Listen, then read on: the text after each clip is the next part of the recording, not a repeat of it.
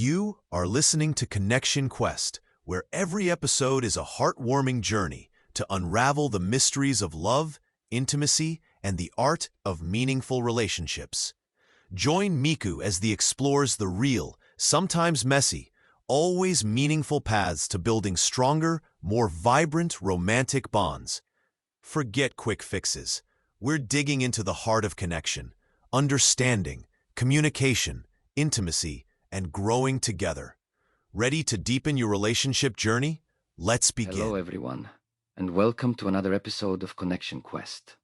I'm your host, Miku Lane, and today we have a very special guest, Dr. Bora Saik. I'm really excited about our conversation today because we're diving into a topic that underpins so much of our romantic lives: intimacy. Not just the physical kind, but all the layers and dimensions that come with it, Doctor. Bora, thank you so much for joining us. Thank you, Miku. I'm thrilled to be here. Intimacy is such a rich and complex topic, and I'm looking forward to unpacking it with you today. Absolutely. Let's just dive right in. Last time, we touched on transforming conflict into connection, which in itself involves a lot of intimacy when you think about being open and vulnerable with a partner. I wonder, Bora, how do you define intimacy beyond the obvious physical aspect that most people immediately think of? That's a great starting point. I like to think of intimacy as a multifaceted concept that includes emotional, intellectual, and spiritual dimensions, in addition to the physical. Emotional intimacy, for instance, involves the ability to share one's feelings and vulnerabilities openly.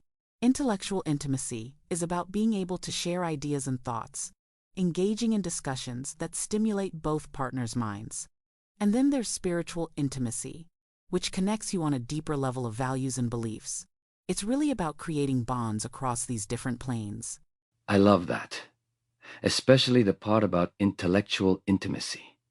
I suppose we often overlook how sharing thoughts and ideas, even disagreements, can bring a couple closer together. Do you think cultural expectations play a role in how we perceive and pursue intimacy? Yes, culture deeply influences what we perceive as intimate. Think about how different cultures have unique expressions of love. Some are more expressive, others more reserved. This goes beyond romantic gestures to encompass emotional expression and vulnerability.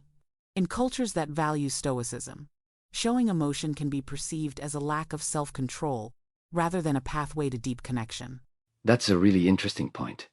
How can individuals start to navigate these cultural narratives to foster deeper connections in their relationships? Awareness is the first step. Once you recognize the cultural scripts you've inherited, you can choose which elements serve you and which do not. Engaging in open conversation with your partner about these expectations and finding a middle ground that respects both perspectives can be incredibly empowering. So, in essence, it requires a degree of vulnerability to bring these conversations to the forefront? Exactly. Vulnerability is at the heart of intimacy. When you allow yourself to be seen authentically, you invite others to do the same. It's about creating an atmosphere where mutual acceptance and understanding flourish, where both partners can say, "I see you, and I accept you as you are." It sounds so rewarding, yet I can imagine it's quite frightening for many. What are some practical steps people can take to begin building these aspects of intimacy in their relationships? Start small. If emotional intimacy feels daunting, perhaps begin with sharing something simple but meaningful about your day. Gradually, as trust and comfort build, you can delve into deeper conversations. For intellectual intimacy, set up a time to explore topics you both find enriching or even join a book club together. Spiritual intimacy might involve discussing your values or dreams for the future. The key is consistency and patience, not rushing into the deep end immediately. That's solid advice. I think the patience part is crucial, because we live in this fast-paced world where everyone seems to crave immediate results. It's like planting a garden. You nurture it over time to see it blossom. Precisely. And you also need to consider how past experiences shape one's approach to intimacy. Someone who's experienced betrayal might find it harder to open up, whereas someone from a supportive background might have an easier time doing so. Good point. I suppose acknowledging and respecting each other's stories can be a form of emotional intimacy in itself. Absolutely. Being a compassionate listener is a greatly underappreciated part of developing emotional intimacy. In practice, this means truly being present in the conversation, not just waiting your turn to speak. It seems like all forms of intimacy require a willingness to be genuinely engaged and attentive. As we talk about these deeper topics, it reminds me how the intricacies of human relationships are both fascinating and complex.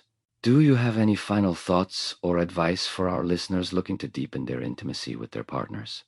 I'd say intimacy is less about grand gestures and more about small, consistent acts of love and understanding. It's about carving out time for each other, valuing effective communication, and ensuring both partners feel seen and heard.